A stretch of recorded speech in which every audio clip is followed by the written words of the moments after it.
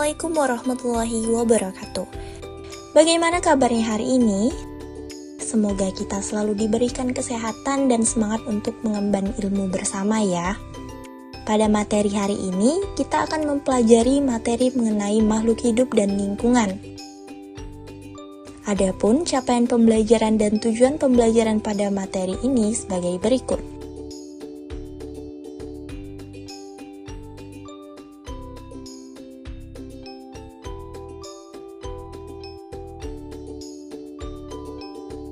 Sebelum masuk ke pembahasan materi makhluk hidup dan lingkungan, mari kita simak video berikut ini. Di lingkungan sekitar terdapat beberapa benda tak hidup dan makhluk hidup. Lingkungan tersebut memberikan gambaran bahwa benda tak hidup dan makhluk hidup memiliki keterkaitan antar satu sama lain. Makhluk hidup memiliki beberapa ciri khusus yang tidak dimiliki oleh benda tak hidup. Seperti halnya dengan tumbuhan yaitu rumput dan pohon, karena makhluk hidup melewati keberlangsungan hidup yang kompleks untuk bertahan hidupnya. Apa saja yang termasuk makhluk hidup dan mengapa termasuk ke dalam makhluk hidup? Berdasarkan video sebelumnya, terdapat beberapa tumbuhan dan sebongkah batu. Di antara keduanya, yang mana kategori makhluk hidup? Jika kalian amati lebih lanjut, tumbuhan memiliki beberapa ciri yang membuatnya termasuk ke dalam ciri makhluk hidup. Sementara batu merupakan benda mati yang tidak memiliki ciri-ciri makhluk hidup. Apa karakteristik tumbuhan dan hewan sehingga termasuk makhluk hidup? Ciri-ciri makhluk hidup meliputi bernapas, memerlukan makanan atau nutrisi, bergerak, peka terhadap rangsangan atau iritabilitas, tumbuh dan berkembang biak atau bereproduksi, mengeluarkan zat sisa atau ekskresi, dan beradaptasi. Maka dari itu, tumbuhan termasuk ke dalam ciri makhluk hidup karena memiliki kemampuan mempertahankan dirinya dan dapat melestarikan spesiesnya melalui perkembangbiakan. Selain ciri makhluk hidup, tumbuhan dan hewan termasuk komponen biotik, sedangkan batu dan air termasuk komponen abiotik. Apa itu komponen biotik dan komponen abiotik? Komponen biotik adalah komponen dalam ekosistem yang mengacu pada makhluk hidup yang ada di bumi. Artinya, semua makhluk hidup dalam ekosistem termasuk komponen biotik. Dalam memperoleh makanan terdiri atas dua jenis. Yang pertama ada autotrof, organisme yang dapat membuat makanan sendiri. Contohnya, tumbuhan mendapatkan makanannya dengan melakukan fotosintesis. Kemudian heterotrof adalah organisme yang mendapatkan makanan dari organisme lain. Komponen biotik adalah komponen fisik dan kimiawi yang dapat mempengaruhi ketahanan makhluk hidup di sebuah lingkungan ekosistem tertentu, yaitu kehidupan organisme yang terdiri atas segala sesuatu yang tak hidup. Ternyata, komponen biotik dan komponen abiotik memiliki keterkaitan antara satu sama lain, yaitu komponen biotik dalam suatu ekosistem akan dipengaruhi oleh kondisi komponen abiotiknya, begitu juga sebaliknya. Contoh, adanya keterkaitan antara biotik dan abiotik pada mekanisme fotosintesis. Untuk lebih jelasnya, perhatikan mekanisme fotosintesis yang dilakukan oleh tumbuhan di bawah ini. Perhatikan komponen yang saling berinteraksi. Karbon dioksida dan air dengan bantuan cahaya akan menghasilkan glukosa dan juga oksigen. Dengan kata lain, saat proses fotosintesis memerlukan komponen abiotik yaitu karbon dioksida, air, dan sinar matahari, agar komponen biotiknya yaitu tumbuhan dapat menghasilkan glukosa dan juga oksigen untuk keperluan makhluk hidup lainnya. Sebelum masuk ke pembahasan peran komponen biotik, silahkan simak video berikut. From producers to primary consumers, about 90% of it will be lost as heat, as a byproduct of respiration. Similarly, as the remaining energy flows into the next trophic level, which will be the secondary consumers, another 90% of the remaining energy will be lost as heat.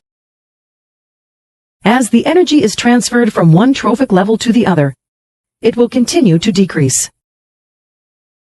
Decomposers, such as bacteria and fungi, break down dead materials into inorganic substances. Apa saja peran komponen biotik pada makhluk hidup tersebut dan apakah akan membentuk keterkaitan antar satu sama lain? Berdasarkan peranannya, komponen biotik terdiri atas 3 macam, yaitu produsen, konsumen, dan pengurai. Produsen adalah komponen biotik autotrof atau organisme yang dapat berperan dalam menyediakan makanan sehingga dapat mendukung kelangsungan hidupnya. Konsumen adalah semua makhluk hidup yang tidak dapat memproduksi makanannya sendiri. Konsumen terbagi menjadi 3, yaitu ada konsumen primer atau konsumen 1, yaitu organisme yang langsung memakan produsen. Yang kedua, konsumen sekunder atau konsumen 2, yaitu organisme yang memakan konsumen primer. Yang terakhir ada konsumen tersier atau konsumen 3, yaitu organisme yang memakan konsumen sekunder. Pengurai atau dekomposer adalah organisme yang bertugas menguraikan zat organik sisa makhluk hidup menjadi zat anorganik. Dari video sebelumnya melihatkan terbentuknya ekosistem, dapatkah kalian kelompokkan berdasarkan peran komponen biotiknya? Peran komponen biotik yang pertama ada rumput sebagai produsen, yang kedua ada kelinci sebagai konsumen primer atau konsumen tingkat 1, ketiga ada ular sebagai konsumen sekunder atau konsumen tingkat 2, selanjutnya ada elang sebagai konsumen tersier atau konsumen tingkat 3, dan terakhir ada pengurai atau dekomposer yaitu jamur dan bakteri. Dalam ekosistem terjadi saling ketergantungan antara produsen, konsumen, dan pengurai. Peristiwa antar produsen, konsumen, dan pengurai akan membentuk aliran energi yang terdiri atas rantai makanan dan jaring-jaring makanan. Rantai makanan adalah perpindahan energi dari satu trofik ke trofik lain melalui peristiwa makan dan dimakan. Nantinya dari produsen, konsumen primer, sampai ke konsumen tersier akan mengalami perpindahan energi. Jaring-jaring makanan adalah gabungan dari berbagai rantai makanan yang saling berhubungan. Coba pikirkan pertanyaan berikut ini. Di cuplikan berikut ini melihatkan adanya ular memakan kelinci. Apakah interaksi dari keduanya? Adanya pola interaksi komponen biotik terdapat 3 macam, yaitu predasi, simbiosis, dan kompetisi. Predasi adalah interaksi antara pemangsa dan mangsa, di mana satu organisme memakan organisme lainnya. Organisme yang memakan disebut predator, sedangkan organisme yang dimakan disebut prey. Contohnya pada ular memangsa kelinci. Simbiosis adalah hubungan antara dua makhluk hidup yang berbeda jenis. Terjadi hubungan mempengaruhi ataupun tidak mempengaruhi. Contoh pada bangkai hewan dan jamur saprofit. Kompetisi adalah interaksi individu saat terjadi ketidakseimbangan, kekurangan makanan, tempat hidup, dan pasangan hidup antara satu spesies maupun berbeda spesies. Contohnya, kompetisi antara kelinci merebutkan rumput. Jenis pola interaksi simbiosis pada komponen biotik.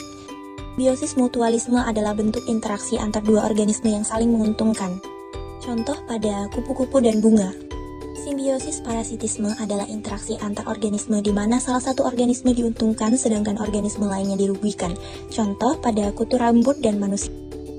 Simbiosis komensalisme adalah interaksi yang hanya menguntungkan salah satu pihak tetapi tidak merugikan organisme lain. Contoh pada jamur saprofit dan bangkai hewan.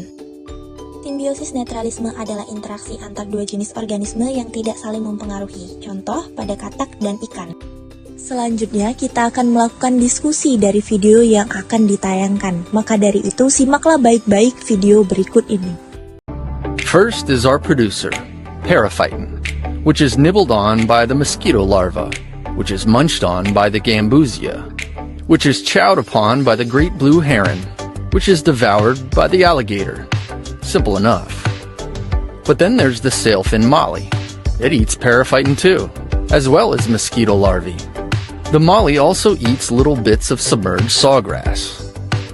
The great blue heron would scarf down a sailfin molly if it could. So would an anhinga. So would a raccoon. The raccoon would also enjoy a baby anhinga, as would the alligator. The alligator wouldn't pass up a raccoon either. But a white-tailed deer munching on sawgrass would be an ideal meal for the gator. Or a rare Florida panther. Silahkan diskusikan dengan teman kalian. Dapatkah kalian menemukan komponen biotik dan komponen abiotik beserta peranannya di lingkungan sekitarmu, serta bagaimana interaksi di antara kedua komponen tersebut? Sekian video pembelajaran mengenai materi makhluk hidup dan lingkungan. Semoga dapat bermanfaat. Terima kasih. Wassalamualaikum warahmatullahi wabarakatuh.